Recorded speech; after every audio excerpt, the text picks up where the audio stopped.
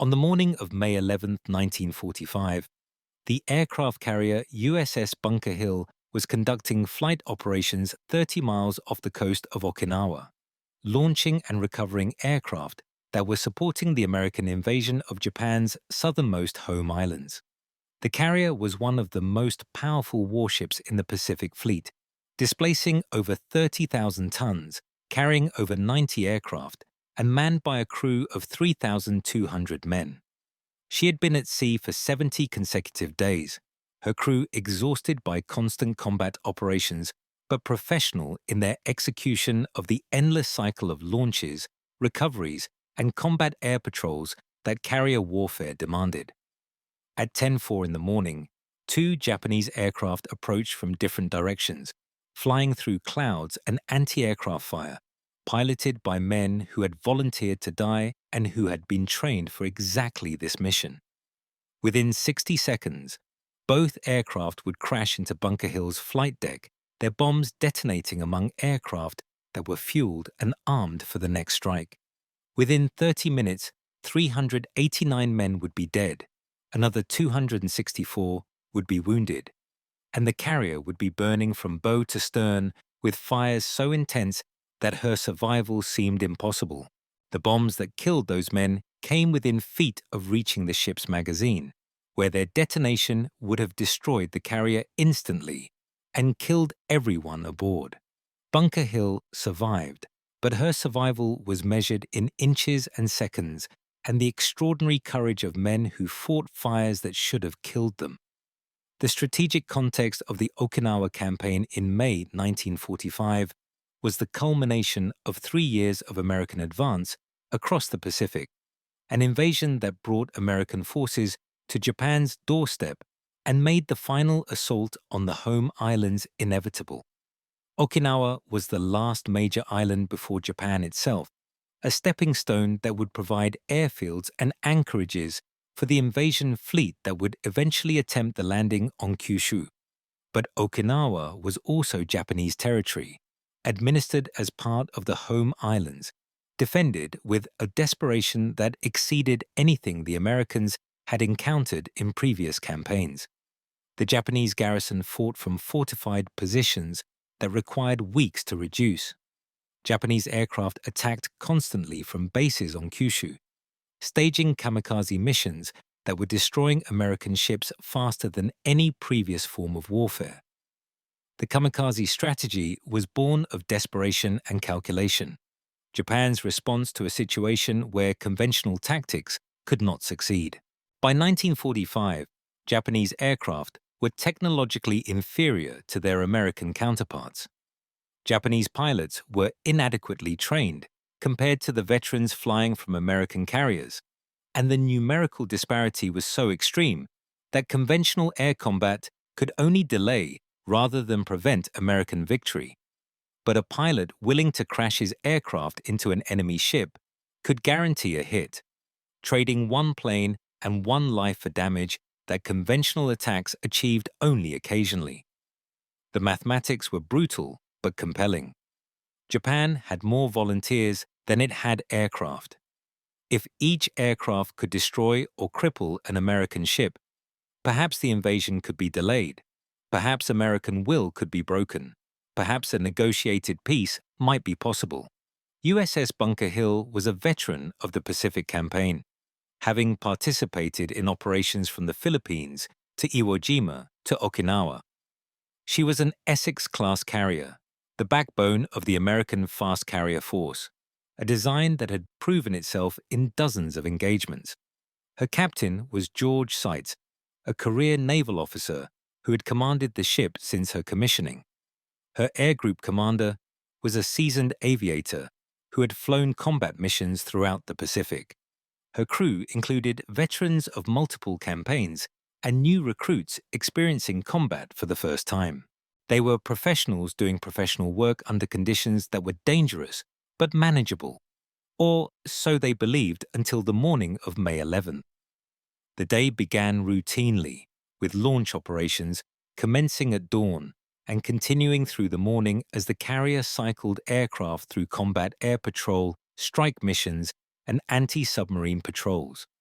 The flight deck was crowded with aircraft in various states of readiness, some being fueled, some being armed, some positioned for the next launch.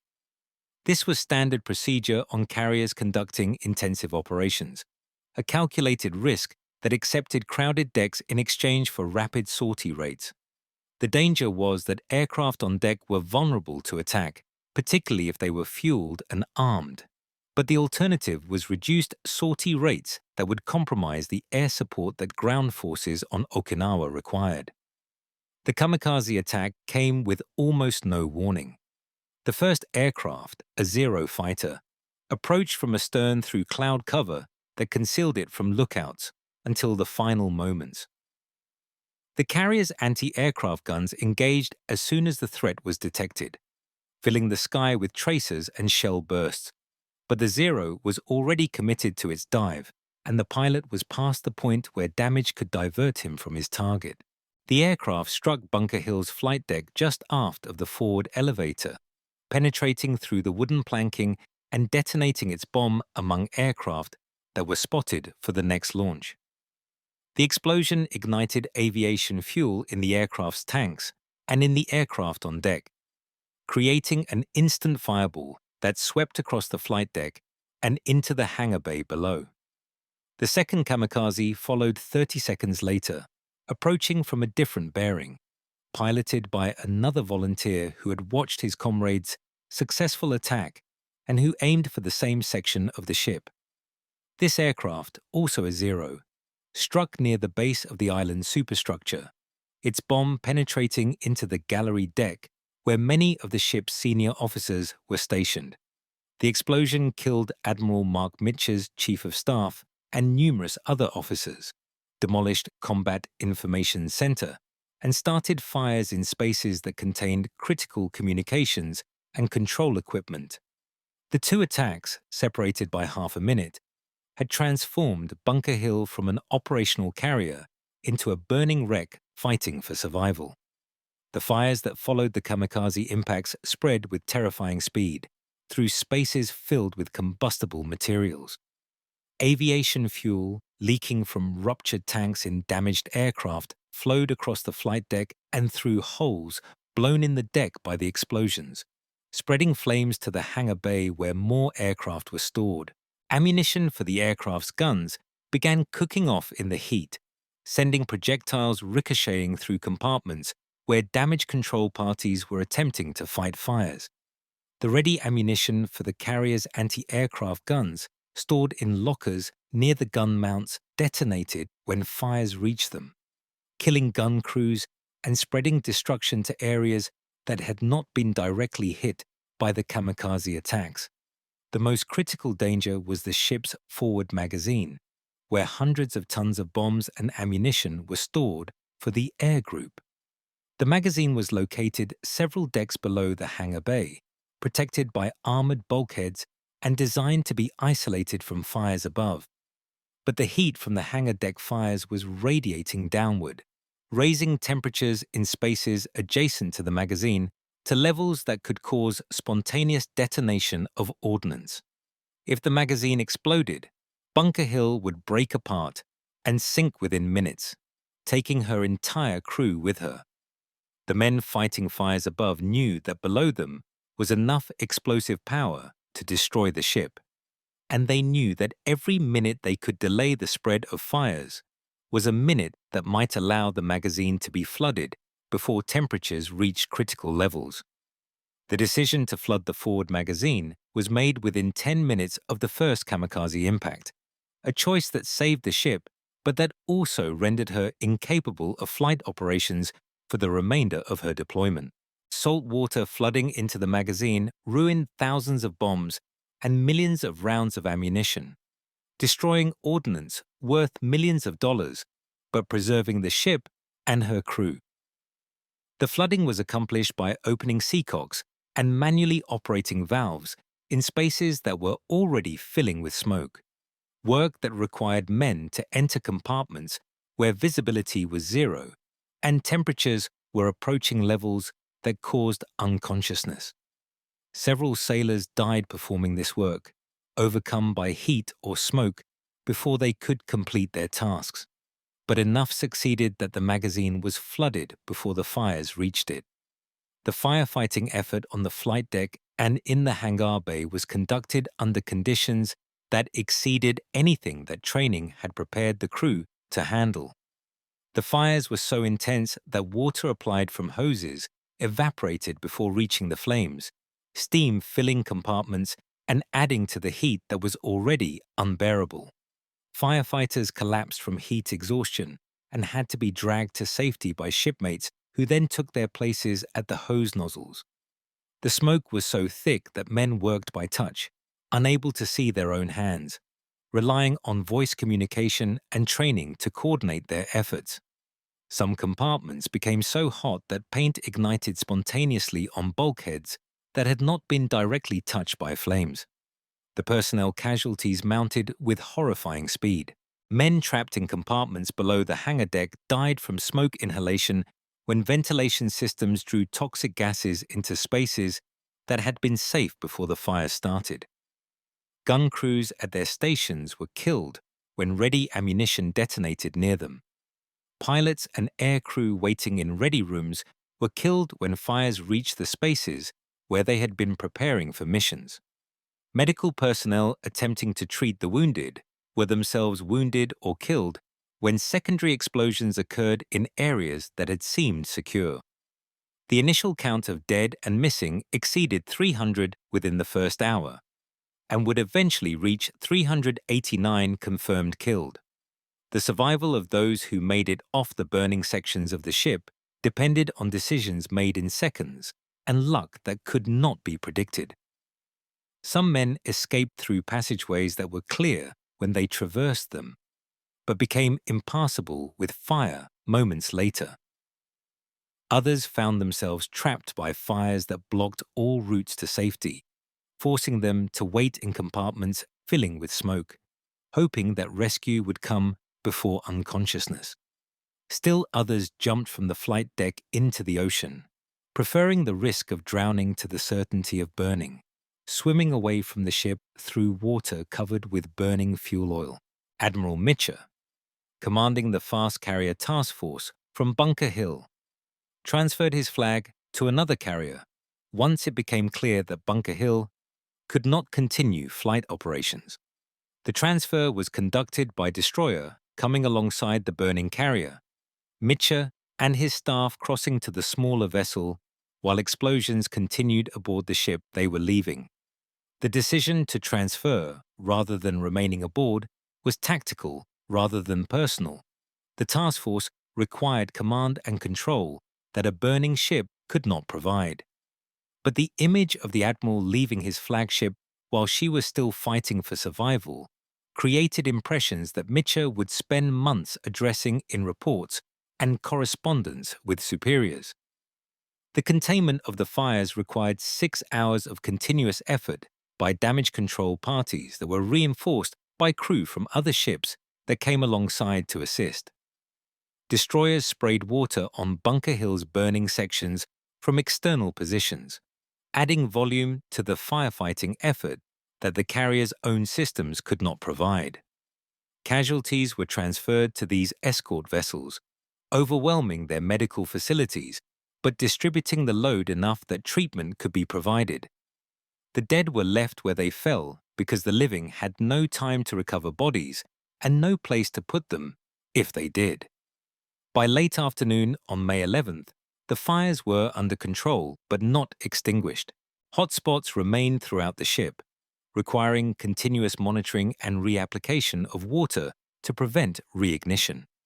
The flight deck was warped from heat, its wooden planking burned away in sections, its steel structure twisted by temperatures that had exceeded design limits. The hangar bay was a wasteland of burned aircraft hulks and debris from collapsed structures. The island superstructure was blackened by smoke and punctured by explosions. Bunker Hill remained afloat and under power, but she was no longer an operational aircraft carrier. She was a damaged ship that would require months of repairs before she could return to combat. The return to Pearl Harbor was conducted under escort. with Bunker Hill limping across the Pacific at reduced speed, her crew working continuously to shore up damaged structure and pump out compartments that had flooded during firefighting. The ship was still finding bodies in spaces that had been inaccessible during the initial casualty searches. The smell of burned material and decomposition permeated the vessel, a constant reminder of what had occurred. Morale was sustained by the knowledge that the ship had survived, that her crew had performed heroically, and that the worst had not happened because men had fought fires until they were controlled. The arrival at Pearl Harbor brought formal casualty accounting and the beginning of mourning rituals that the chaos of combat had not allowed. The bodies that could be recovered were prepared for burial, their identities established through dog tags or dental records when recognition was impossible. The missing, whose bodies were lost in spaces that had been flooded or consumed by fire, were declared dead and their families notified. The survivors, many still recovering from burns or smoke inhalation injuries, were interviewed by investigators seeking to understand what had happened and whether procedures should be changed to prevent similar casualties in future attacks. The investigation into the Bunker Hill attack focused on whether the kamikaze aircraft should have been detected earlier, whether anti-aircraft fire should have been more effective, whether flight deck procedures that left armed and fueled aircraft exposed had contributed to the casualties. The conclusions were mixed. Radar had detected the incoming aircraft but had not distinguished them from the numerous friendly aircraft operating in the area. Anti-aircraft fire had engaged both kamikazes but had not stopped them before they reached the ship. Flight deck procedures represented a calculated risk that had been accepted Navy-wide because the alternative was reduced operational tempo. No individual failures or errors were identified. Only the brutal reality that determined kamikaze pilots flying through the clouds at high speed were extremely difficult to stop. The comparison between Bunker Hill's casualties and those suffered by other carriers attacked by kamikazes revealed that her experience, while horrific, was not unique. USS Franklin, hit by bombs in March 1945, had suffered over 800 dead, nearly twice Bunker Hill's toll. USS Intrepid had been hit multiple times during operations off the Philippines and Okinawa, suffering hundreds of casualties across several attacks. USS Enterprise had been damaged repeatedly, her survival through multiple kamikaze hits earning her a reputation as the luckiest ship in the fleet. The pattern was clear. Kamikaze attacks against fleet carriers were catastrophically destructive, killing hundreds and crippling ships that represented years of construction effort and irreplaceable trained crews. The tactical response to the kamikaze threat evolved continuously throughout the Okinawa campaign, with each carrier attack producing lessons that were disseminated fleet-wide. Radar picket destroyers were positioned farther from the main fleet to provide earlier warning of approaching aircraft. Combat air patrols were increased in number and stationed at greater distances from the carriers. Anti-aircraft fire control was improved through better coordination and more restrictive firing zones that reduced the risk of hitting friendly aircraft. Damage control procedures were refined based on after-action reports from ships that had survived attacks, but no amount of preparation or procedural improvement could eliminate the fundamental vulnerability of carriers to aircraft deliberately crashed into them by pilots willing to die. The psychological impact of kamikaze attacks on American sailors was significant and cumulative. The knowledge that enemy pilots were actively seeking to kill themselves and everyone near them created a different kind of stress than conventional combat produced. Traditional air attacks could be evaded, anti-aircraft fire could drive off attackers, defensive maneuvers could reduce hit probability. Kamikaze attacks eliminated these options. Once a pilot committed to his dive, only destruction of the aircraft before impact could prevent damage. The certainty that some attacks would succeed, that shipmates would die, that luck played a larger role than skill affected morale in ways that commanders struggled to address.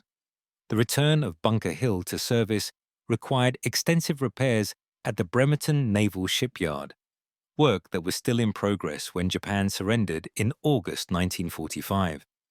The carrier never conducted combat operations again. Her wartime service ended by 30 minutes of fire and explosion on May 11th. She remained in commission until 1947, was placed in reserve, and was eventually scrapped in 1973. Her wartime record included participation in major operations throughout the Pacific, but she is remembered primarily for surviving the Kamikaze attack that killed nearly 400 of her crew. The men who died aboard Bunker Hill on May 11, 1945, are memorialized in numerous ways. Their names are inscribed on plaques at the Naval Memorial in Washington. Their service is recorded in official Navy casualty lists maintained at the National Archives. Survivors of the ship formed an association that held annual reunions for decades after the war, keeping alive memories of shipmates who did not survive. The ship herself, though no longer extant, is remembered through these associations and through the historical record that documents what happened that morning off Okinawa. The strategic significance of the Bunker Hill attack was minimal. One carrier removed from operations did not change the outcome of the Okinawa campaign or affect the broader trajectory of the war. But the attack illustrated the potential of kamikaze tactics to inflict casualties disproportionate to the resources expended. 2 aircraft, 2 pilots, perhaps $50,000 of equipment and training, had killed nearly 400 men and crippled a ship that cost over $70 million to construct. The exchange rate was staggeringly favorable to Japan, suggesting that if kamikaze tactics could be applied systematically and in sufficient numbers, they might indeed force recalculation of American invasion plans. The counterfactual question of what might have happened if the bomb that penetrated near Bunker Hill's forward magazine had detonated inside that space rather than above it remains unanswerable but sobering. The explosion would have destroyed the ship instantly, breaking her back and causing her to sink within minutes.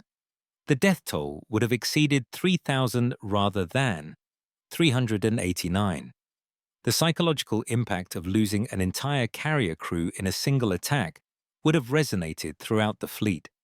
Whether such a loss would have altered American strategy is debatable, but it certainly would have been the worst naval disaster of the Pacific War. The physical proximity of catastrophe to survival, measured in feet between where the bomb exploded and where the magazine was located, measured in minutes between when fires threatened to reach critical temperatures and when flooding operations were completed, illustrates how narrow the margin between disaster and survival can be in naval warfare. Bunker Hill's crew did not fail, did not make errors, did not lack courage or training. They simply found themselves in a situation where 2 enemy aircraft penetrated defenses and crashed into their ship. What followed was determined by how quickly they responded, how effectively they fought fires, how courageously they entered spaces where death was probable but duty required presence. The legacy of Bunker Hill is the memory of 30 minutes that killed 389 men and came within feet of killing 3,000 more. It is the record of a crew that fought fires until those fires were controlled, that flooded magazines to save the ship, that carried wounded shipmates through smoke-filled passageways to safety. It is the documentation of what kamikaze attacks could achieve when they succeeded, and what American damage control could accomplish when properly trained crews refused to accept their ship's destruction. It is a reminder that war is not only about strategy and technology, but about human beings making split-second decisions under conditions that test every limit of physical and psychological endurance. 2 kamikaze aircraft, 60 seconds between impacts, 30 minutes of fire and explosion. 389 men killed, 264 wounded. One carrier that survived when survival seemed impossible, saved by inches and seconds and extraordinary courage from men who fought to save their ship and their shipmates. USS Bunker Hill's battle was not against an enemy fleet or an opposing nation, but against fire and explosion, and the simple physics of burning aviation fuel among armed aircraft. She won that battle barely, and the price of victory was measured in young men who burned to death or drowned or were blown apart by explosions, whose sacrifice saved the ship but who did not live to see her sail home. Their names are recorded, their service is remembered, and the 30 minutes that almost changed the history remains a testament to how close disaster always is when war is fought at sea.